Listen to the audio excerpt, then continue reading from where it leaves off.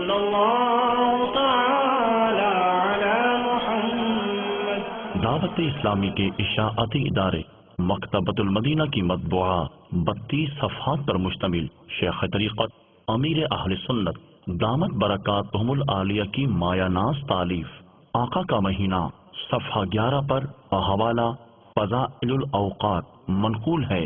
فرمان مصطفیٰ صلی اللہ تعالی علیہ وآلہ وسلم 6 آدمیوں کی اس رات بھی یعنی شعبان المعظم کی 15ویں شب بخشش نہیں ہوگی۔